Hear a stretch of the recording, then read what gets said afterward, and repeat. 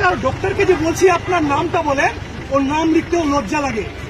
মালদা মেডিকেলে সামান্য পেচ্ছাপের রাস্তায় কিন্তু পাথর আটকে যায়, সেটা ট্রিটমেন্ট হয় না। আবার বলে কি বিশাল বড় বিল্ডিং করেছি এখানে, আবার স্টাফ বলছে আমাকে সাজেশন দিচ্ছে আপনি কলকাতা চলে যান। লজ্জা করে না? মোবাইল বের করুন, আপনারা মোবাইলে বের করে ছাড়ুন এগুলো। আজকে আমার হয়েছে, কালকে আপনার হবে।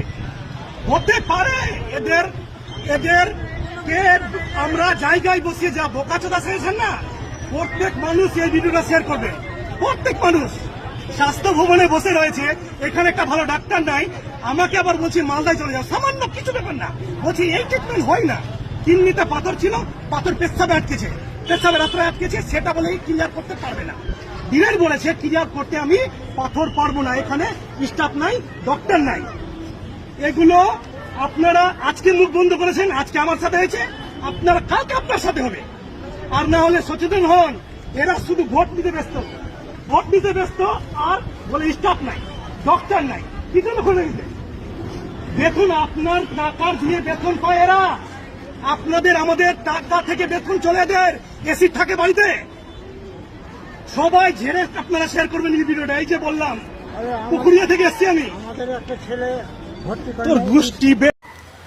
আজকে প্রথমেই আমি এই ব্যক্তিকে ধন্যবাদ জানাবো এবং স্যালুট জানাবো, কারণ ইনি সাধারণ মানুষের মধ্যে সচেতনা এবং সজাগ জাগরুক করার কাজ করছেন।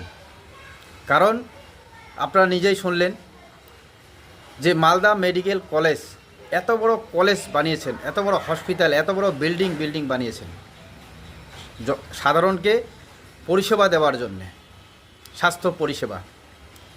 অবশ্য সেই পরিষেবার কি হাল আমরা সকলেই জানি। মুখ্যমন্ত্রী মমতা ব্যানার্জি নিজের হাতে স্বাস্থ্য দপ্তর রেখেছেন। কেন রেখেছেন নিজের হাতে স্বাস্থ্য দপ্তর? কোনো এক সাংবাদিক সম্মেলনে তিনি বলেছেন যে বামফ্রন্ট আমলে তিনি এটা দেখেছেন যে মুখ্যমন্ত্রীর হাতে না থেকে কোনো এক মন্ত্রীকে এই স্বাস্থ্য দপ্তরের ভার দিয়েছিলেন বামফ্রন্ট সরকার, এবং ধুকে ধুকে চলছিল এই স্বাস্থ্য পরিষেবা, এবং যার জন্যে এই স্বাস্থ্য পরিষেবা মুখ্যমন্ত্রী নিজের হাতে রেখেছেন, যাতে কাউকে আর কৈফিয়ত বা কাউরের কাছে কিছু চাইতে না লাগে। যেখানে যেটা দরকার হবে তৎক্ষণাৎ যাতে সেটার ব্যবস্থা করতে পারেন, কারণ স্বাস্থ্য ব্যবস্থা কতটা জরুরি আমরা সকলেই জানি। কিন্তু কি হলো এই 15 বছরে পশ্চিমবঙ্গের স্বাস্থ্য ব্যবস্থা?